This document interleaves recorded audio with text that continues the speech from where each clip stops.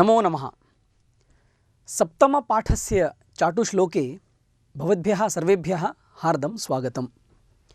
वयम् अग्रिमम् एकं चाटुश्लोकं पठामः। हम अगला एक चाटुश्लोक पढ़ते हैं। एकवारं श्लोकं पठामः, अनन्तरम् अर्थं पश्यामः।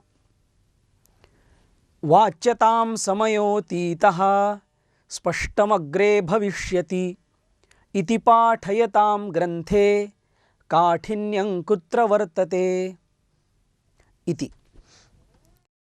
इसका जो भाव है वो ऐसा है कि एक शिक्षक थे, वे अच्छे शिक्षक के रूप में प्रसिद्ध थे। हर कोई उनकी स्तुति करता था कि अच्छे शिक्षक हैं, अच्छे शिक्षक हैं, अभ्यासक्रम पूरा कर देते हैं वगैरह वगैरह। जब उनकी विशेषता क्या है ये लोगों को समझ में आई तो लोग हैरान हो गए। उनकी पद्धति कैसी थी वह दिखाने के लिए यह श्लोक यहाँ दिया हुआ है। जब वे पढ़ाते थे तो एक जगह बैठे रहते थे और कहते थे कि चलिए पढ़िए पढ़िए, पढ़ते रहिए। वाच्यताम वाच्यताम समयोतीतः, समयः अतीतः, समय समाप्त हो रहा है, जल्दी जल्दी पढ़ते रहिए आगे। अगर कोई प्रश्न पूछता था तो वो उत्तर न देते हुए पढ़िए पढ़िए, वाच्यताम वाच्यताम ऐसा कहते थे। वाच्यताम समयः अतीतः। और फिर से कोई बोले महोदय ये समझ में नहीं आया, स्पष्टम अग्रे भविष्यति, आगे जैसे समय बीतेगा भविष्य काल में सारे विषय स्पष्ट होते रहेंगे, अब तो पढ़ते रहिए पढ़ते रहिए।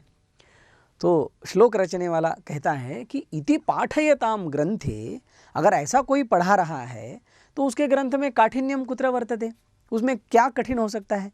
शिक्षक के लिए भी नहीं और छात्रों के लिए भी नहीं, क्योंकि वो ना प्रश्न पूछ सकते हैं और ये उत्तर तो जानते ही नहीं है महाशय। इसीलिए कहते हैं कि इस प्रकार से वो पढ़ाता था, इसलिए उनका अभ्यासक्रम भी शीघ्र समाप्त हो जाता था। वस्तुतः ऐसा नहीं करना चाहिए, ये हमने वहाँ से सीख लेनी चाहिए। कैसे कि वाच्यताम, यहाँ तक तो ठीक है कि पढ़ते रहिए पढ़ते रहिए।